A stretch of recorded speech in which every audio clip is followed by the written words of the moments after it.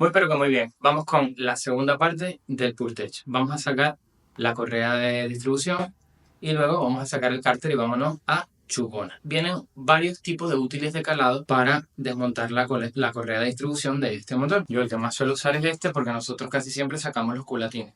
También dependiendo del tipo de motor que sea, te puede valer este que puedes calar la leva con el culatín puesto. Ahora te viene una herramienta que la metes por un lado y puedes calarlo sin sacarla según sacas la tapa de válvula también. Luego para el cigüeñal va esta herramienta que es para calarlo en el volante motor. Pero ¿qué pasa? Que este vehículo no tiene volante motor. Entonces, ¿qué hemos hecho? Lo que hemos hecho es darle vuelta hasta que entra este útil de calado. Importante, el tornillo va hacia la parte trasera del motor. Tiene que quedar recto aquí arriba, recto por un lado y recto por el otro. La parte que es redondeada tiene que estar hacia abajo. Entonces, ponemos esto aquí, que no se nos mueva y vamos a proceder a aflojar los variadores. Bueno, para los variadores es un E14. Yo entiendo muchas veces que cuando trabajamos estos motores, ¿verdad?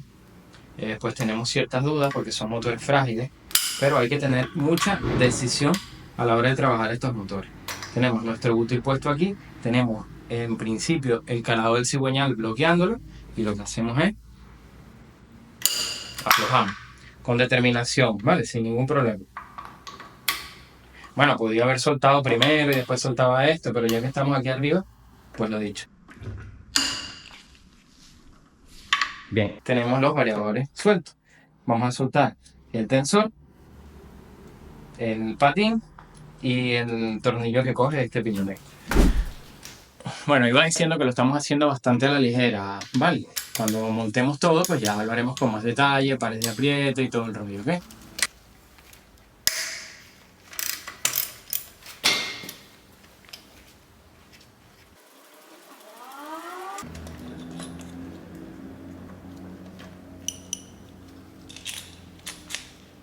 Tenemos nuestro tensor, insisto, estamos desarmando bastante a la ligera, el motor está roto, luego cuando montemos vamos a ir explicando todo paso por paso. Porque lo que quiero hacer en el video de hoy es llegar hasta el cárter y sacar la chupona del aceite. Aquí tenemos la correa, vamos a sacar ahora el rodillo guía.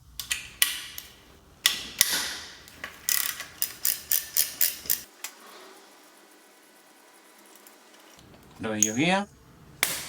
Y ahora vamos a sacar el piñón de aquí.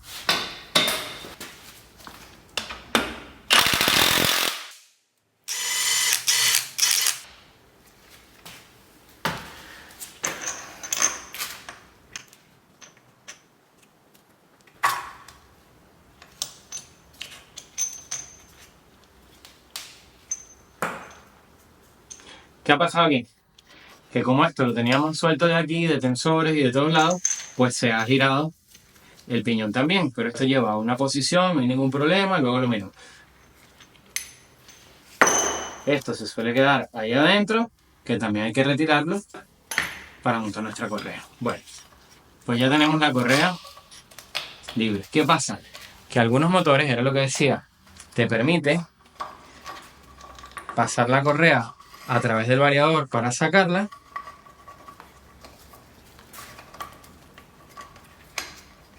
Y hay otros motores que no. Nosotros siempre aflojamos los variadores. ¿Por qué? Para evitar precisamente esto que estoy haciendo, que es maltratar la correa nueva a la hora de la instalación. No tiene sentido. Vamos a terminar de sacar los variadores.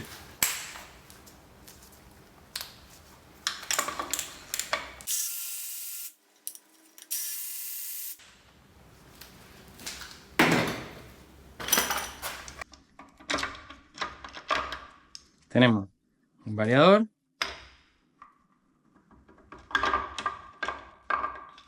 Tenemos el otro variador. Y sacamos nuestra maravillosa correa húmeda. Que según Stellantis, no, es sumergida en ambiente aceitoso.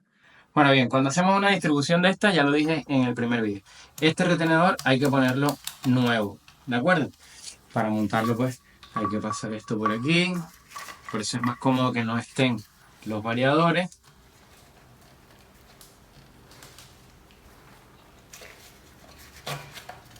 Se pasa por aquí. Buscamos la posición que lleva esto. Bueno, esto lo explicaremos cuando hagamos el montaje, ¿vale? Para no perder tiempo aquí, que queremos llegar al cárter. Bueno, este retenedor sale de aquí sin problema, a ver si lo saco un momento. Esto mismo. Aquí está el retenedor. Sacado el retenedor, tenemos mucha más holgura para poder trabajar. En fin. Bueno, correa afuera, variadores. Cada cosa a su sitio. Aquí está la cadena, que no lleva ningún tipo de tensor ni nada, de la bomba de aceite, que mueve la bomba del aceite. Que si hacemos así, truco, sacamos la cadena de la bomba del aceite. ¿Vale? Vamos a dejarla ahí de momento. Bueno, nos llevamos los variadores, admisión y escape, tratar de no mezclarlo. Estos variadores pues también se limpian, estos llevan unas galerías aquí por donde entra el aceite para poder hacer el desplazamiento. Pues todo esto bien limpio con limpiafreno, aire, los dos. Vamos a llevarnos de aquí. Bien, esto de momento lo vamos a quitar y vamos a darle la vuelta al motor.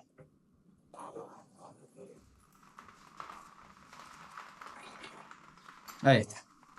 Bueno, había comentado que no nos tardamos más de 15 minutos desmontando el cárter, y a pesar de que ahora lo voy a hacer en cámara rápida, cuando lo saquemos verás que no nos tardamos más de 15 minutos en desmontar el cárter, limpiarlo y todo eso. Vamos allá.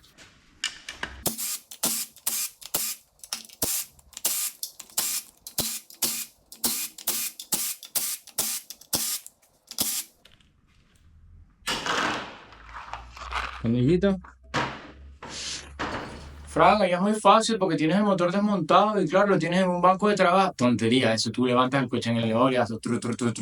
Exactamente igual. Y aquí tienes una muesquita que tiene silicona para aburrir. Se ve que ya lo han despegado.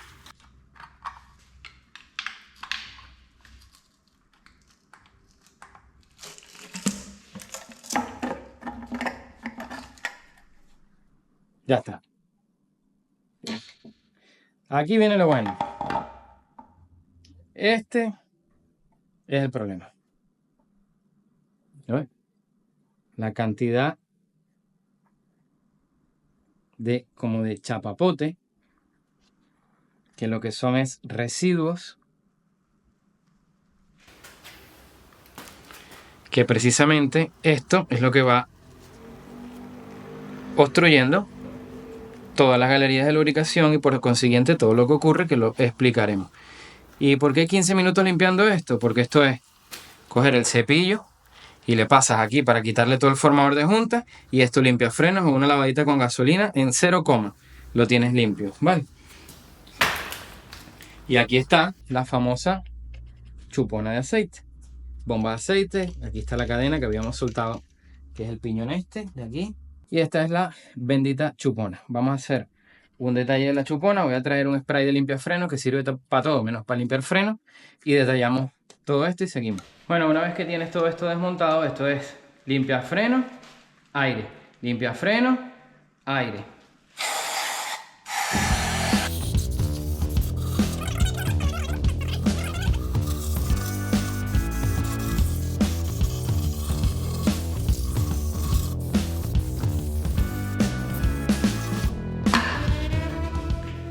El próximo que vuelvo a pensar que haciéndolo así se va a ir toda la mierda para dentro del motor, insisto, lo estamos haciendo al revés.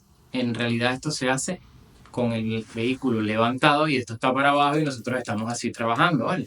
Y toda la porquería se cae. Vamos a ver si no está muy apretado el filtro y lo sacamos.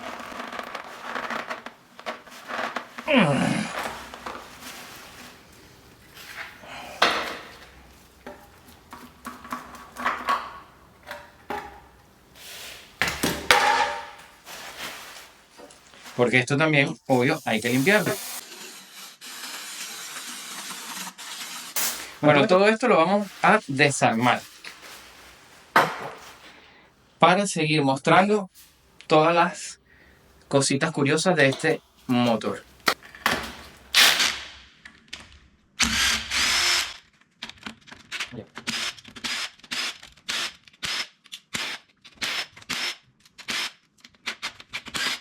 Aquí hay un tornillo que está atravesado y hay que sacar este sensor primero, ¿vale?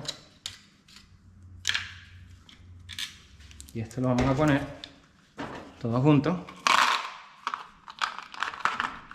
Aquí.